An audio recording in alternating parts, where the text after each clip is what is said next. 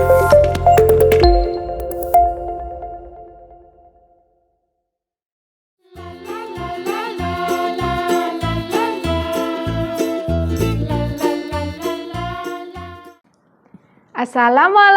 warahmatullahi wabarakatuh. Selamat pagi anak-anak, apa kabar? Alhamdulillah, luar biasa, Allahu Akbar. Hari ini kita akan belajar tema 6 cita-citaku, subtema 3, giat berusaha meraih cita-cita, PP yang ketiga. Sebelum kita mulai pembelajaran hari ini, kita berdoa bersama menurut keyakinan masing-masing. Berdoa mulai. Berdoa selesai, anak-anak jangan lupa untuk selalu laksanakan protokol kesehatan. Yang pertama, memakai masker, cuci tangan dengan sabun, dan laksanakan social distancing dimanapun kalian berada. Kita mulai dengan tujuan pembelajaran hari ini adalah yang pertama, melalui kegiatan mengamati, siswa mampu mengidentifikasi keragaman keagamaan yang terdapat di sekitarnya. 2. Melalui kegiatan membuat peta dan kesimpulan penyebaran sumber daya hewan dan tumbuhan yang ada di daerahnya, dan siswa mampu mencari informasi serta menjelaskan tentang karakteristik lingkungan di provinsi tempat tinggal sumber daya yang ada di daerahnya. Hari ini kita akan mulai pembelajaran yang ketiga. Cita-cita tidak mengenal suku, agama, atau kebangsaan. Semua orang dapat menempatkan cita-citanya setinggi langit. Namun, setiap orang harus berusaha keras untuk mencapainya. Anak-anak, simaklah bacaan berikut ini tentang usaha keras seseorang yang bercita-cita besar. Sang arsitek. Dibaca bersama anak-anak. Pada tahun 1955, Presiden pertama Indonesia, Insinyur Soekarno, mengadakan sayembara membuat desain maket Masjid Istiqlal.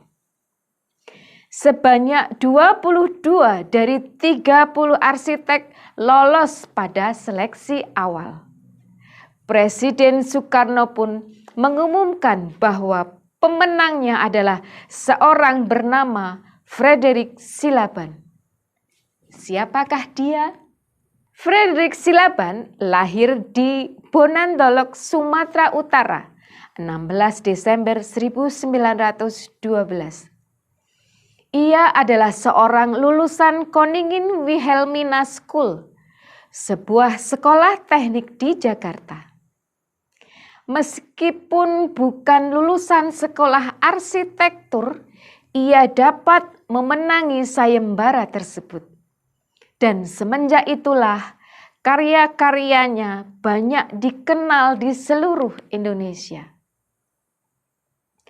Masjid Istiqlal merupakan masjid terbesar dan termegah di Indonesia yang dibangun pada tahun 1961 dan pertama kali dibuka untuk digunakan pada tahun 1978. Dengan demikian diperlukan waktu 17 tahun untuk membuatnya dengan usaha yang gigih dan pantang menyerah. Frederick berhasil menyelesaikan karyanya, diakui sebagai karya asli anak bangsa Indonesia. Ia bahkan berhasil menyandingkan pembangunan masjid ini dengan gereja katedral di Jakarta. Gereja katedral adalah gedung tempat umat Katolik beribadah. Konsep persatuan dan kesatuan yang dibuat oleh Presiden Soekarno dapat diwujudkan dengan baik melalui dua bangunan tersebut. Hingga kini, kedua gedung yang menjadi simbol toleransi dan persatuan itu tumbuh kukuh berdiri, meski arsiteknya telah tiada. Tak hanya berkarya membuat Masjid Istiqlal, beberapa gedung bersejarah telah dirancangnya. Sepanjang hayatnya, ia telah ikut merancang 700 bangunan di seluruh Indonesia. Bangunan tersebut antara lain Gedung Stadion Gelora Bung Karno yang dibangun di Jakarta tahun 1962, Monumen Pembebasan Irian Barat, Gerbang Taman Makan Pahlawan Kalibata dibangun pada tahun 1953 dan Tugu Katulistiwa di Pontianak tahun 1938. Demikian cerita bacaan tentang Frederick, seorang arsitek yang hebat. Kita lanjutkan dengan melengkapi diagram berikut berdasarkan bacaan yang kita baca tadi. Yang pertama, halangan yang dihadapi. Cita-cita Frederick Silaban. Kemudian yang berikutnya, sikap yang dimiliki oleh Frederick Silaban dan usaha yang dilakukan. Bagaimana usaha yang dilakukan oleh Frederick Silaban? Selanjutnya, apa saja prestasi yang telah diraih oleh Frederick Silaban dengan usaha dan kerja kerasnya diisi dalam kolom tersebut. Kemudian, apa kesimpulanmu terhadap usaha Frederick Silaban untuk meraih cita-cita? Adakah sisi baik yang bisa kita contoh dari seorang Frederick Silaban? Kalian pasti akan mendapatkan sesuatu yang bermanfaat dari seorang Frederick Silaban berdasarkan bacaan tadi. Jangan lupa hasilnya nanti difoto kemudian dikirimkan pada grup Classroom. Kita lanjutkan. Amati bersama. Gambar tersebut ada gambar apa anak-anak? Ada gambar tempat ibadah. Perhatikan gambar tempat ibadah umat beragama di Indonesia. Dengan seksama dilihat. Dapatkah kalian menjelaskan gambar-gambar di atas? Apakah tempat-tempat ibadah itu ada di daerah kalian, di sekitar kalian tinggal? Ada tempat ibadah agama Islam, agama Nasrani, agama Hindu, agama Buddha, dan agama juga Konghucu. Sekarang, Ibu ingin kalian mengamati daerah di sekitarmu. Bersama-sama dengan keluargamu lakukan kegiatan berikut. Kalian akan mencari informasi tentang 2 tempat ibadah keagamaan. Carilah informasi tentang rumah ibadah dari 2 agama yang berbeda di Indonesia. Tentukan 1 tempat ibadah yang paling terkenal di Indonesia, kemudian catatlah informasi tentang nama, tahun berdiri, dan sejarah singkat tentang tempat ibadah tersebut. Kalian bisa mencari semua informasi itu dari internet ataupun buku-buku bacaan, majalah, dan sebagainya. Kemudian carilah gambar tentang rumah ibadah tersebut. Cari tahu maknanya setiap bagian bangunan dalam tempat ibadah tersebut. Kemudian dengan menggunakan sebuah kertas karton, tempelkan gambar rumah ibadah tadi dan beri keterangan di bawahnya. Tuliskan juga di situ di kertas tadi fungsi dan kegunaan tempat ibadah tersebut selain untuk beribadah umatnya. Diatur sedemikian rupa pada kertas tersebut sehingga memudahkan bagi ada temanmu atau keluargamu yang akan memahaminya. Gunakan seperti contoh berikut, kemudian jelaskan kesimpulanmu tentang kedua rumah ibadah tersebut. Nanti disebutkan gambar A, tempat ibadah agama apa, gambar B adalah tempat ibadah agama apa, di bawahnya diberi keterangan seperti ini.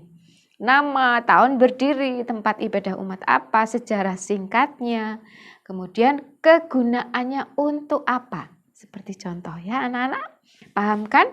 Ditempel dalam sebuah kertas karton atau kertas yang kalian punya di rumah.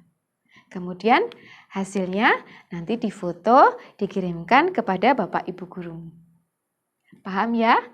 Kalian mencari informasi tentang 2 tempat ibadah yang terkenal di Indonesia yang ada di sekitar tempat tinggalmu juga boleh.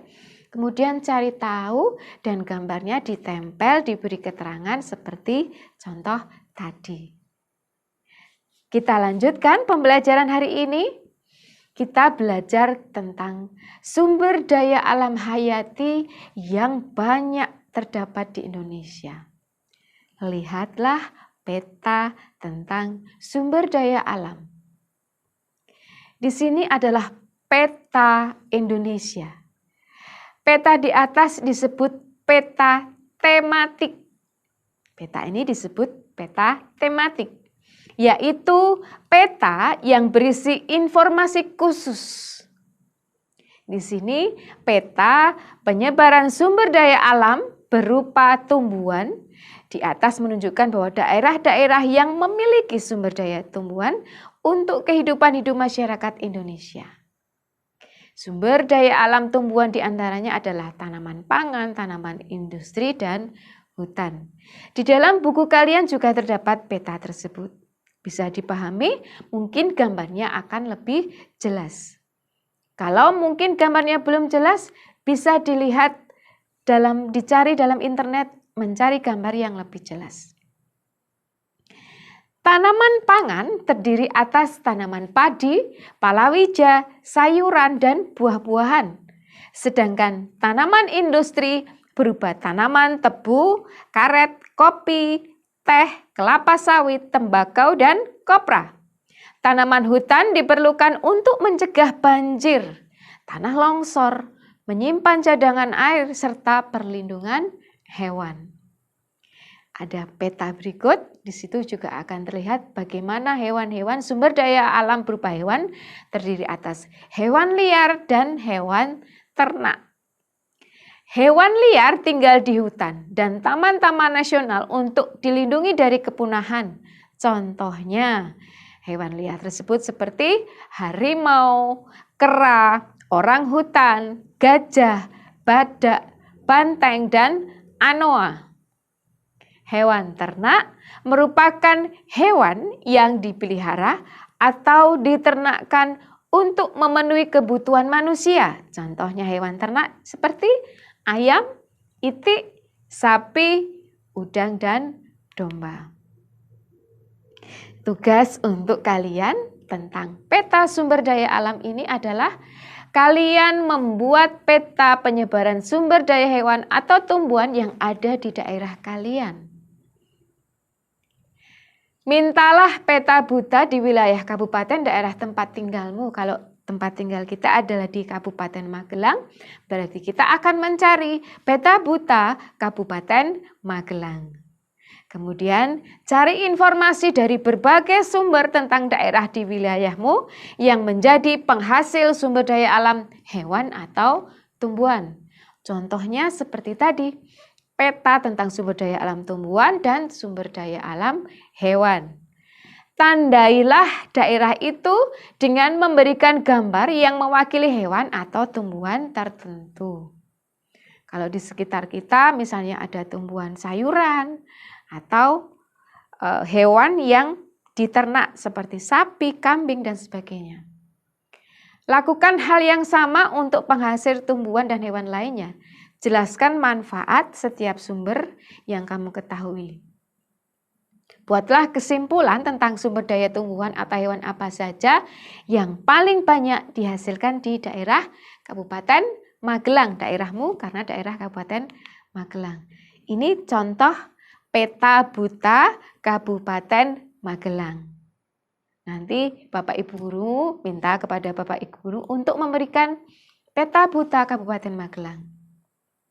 Di situ nanti kalian akan mencari tahu di mana daerah penghasil palawija atau penghasil hewan ternak yang paling banyak di Kabupaten Magelang. Membuatnya, contohnya seperti peta tadi, peta Indonesia. Kalian membuat lebih sederhana tentang peta Kabupaten Magelang. Bisa ya? Pasti bisa. Cukup digambar atau ditulis seperti peta tadi, hewannya apa atau tumbuhannya apa, sayuran atau buah atau yang lain sebagainya. Tumbuhan industri. Hari ini kita sudah belajar banyak.